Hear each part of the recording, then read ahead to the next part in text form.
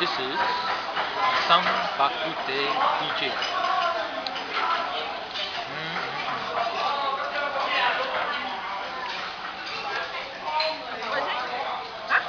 Pork, soya, fried soya, fried cowpea, quite fat, delicious, and some shiitake mushroom. You talking to? Talking to the camera. No. Garlic with black, sweet black soya sauce. Take one. Green chilies with black soya sauce and rice. Delicious.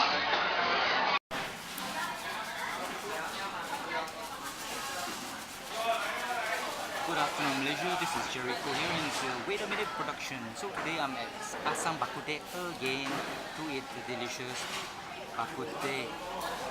So we have here chilies with swimming in light soya sauce which is salty, and we have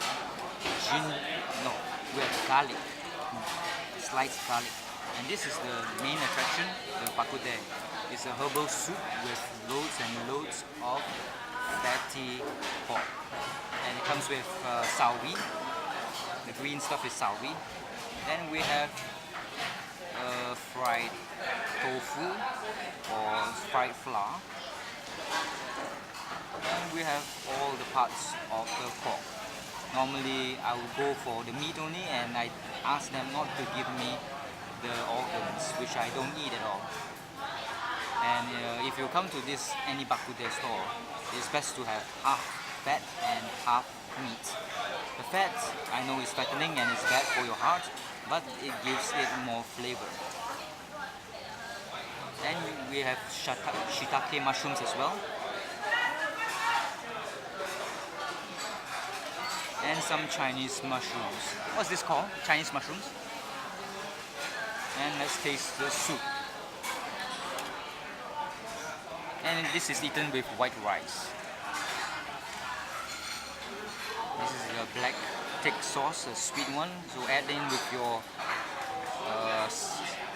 finely chopped ginger. Oh no, sorry, garlic.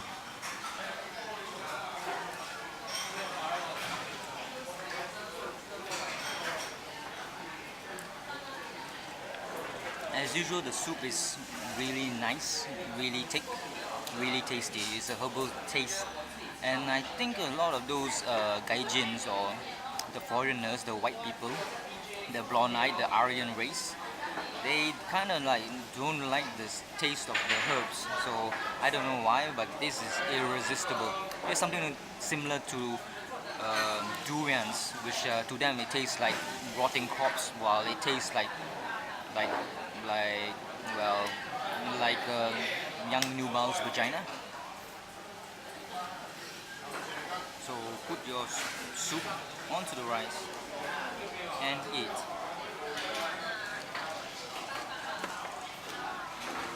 And with that, put in some garlic and chilies as well.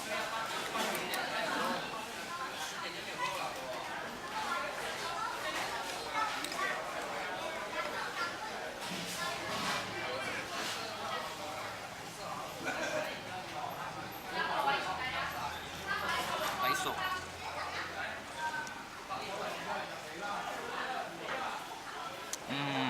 it's very nice, especially the fat. The fat is so soft like butter.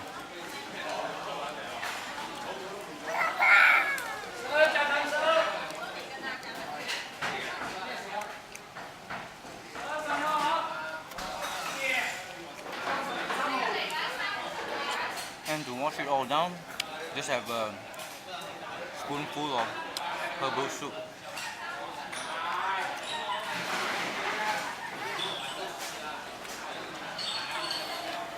Sometimes the soup is so irresistible that the soup finishes first before the meat or the sawi or whatever it is inside.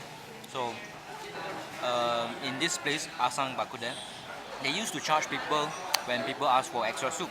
But nowadays, no, you can actually get the soup if you ask for it. Or sometimes when they walk around and see that your pot of Bak Kut Teh has no soup at all, they will just go and grab a bowl of soup and pour it into your bak kut teh.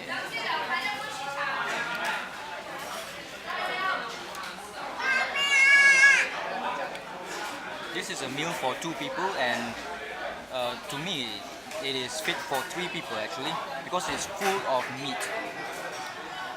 Per person it would cost around 15 ringgit, but I know how to stretch it or make it more valuable. That most likely you won't be able to finish the meat, and if you are able to finish it with 2 people, then maybe you are a gluten and you are too fat or obese.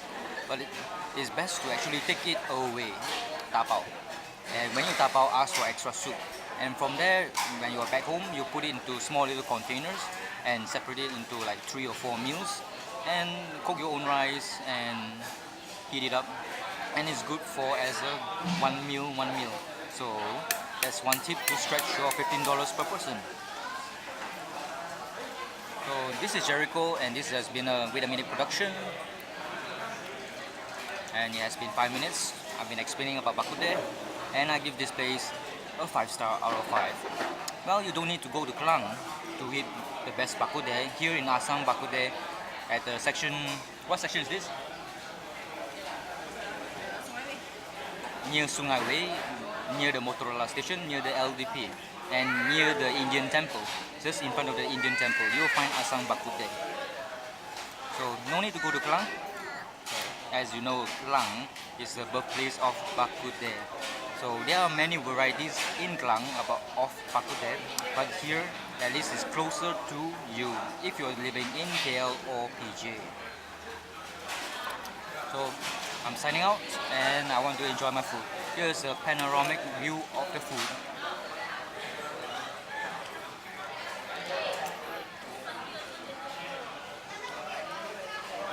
Delicious. Wish you were here, don't you? Hello, Gerryko here. Hello, and good afternoon, Malaysia. Wait a minute production. So I'm going to show you where Sang Bak Kut Teh is. As you can see, there is an Indian temple right about there, and if you can see the crane, there's a Motorola area construction where they're going to build shop lots, business centers, malls and stuff. And here's a 360. You can see the low-cost housing by the drab look of it. And we have the Sang Bak Kut Teh right about here.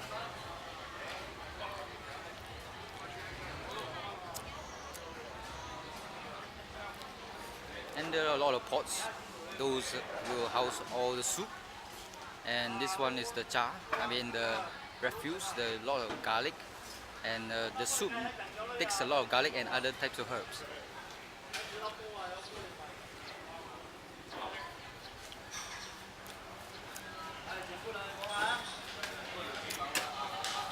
And they have the rice here, and lots of rice, and lots of meat. And the soup is actually separated from the whatever. There's the meat here, soup here, and if you can see some green sawi right here.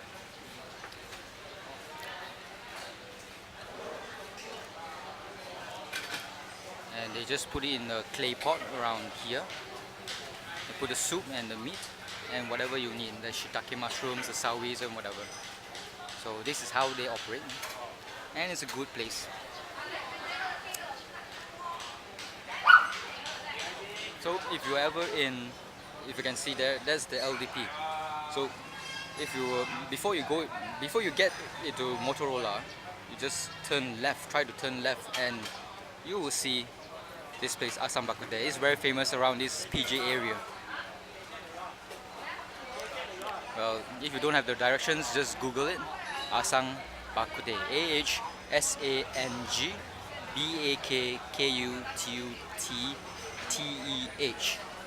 This has been a Gerryko production, also known as a Wait a Minute production.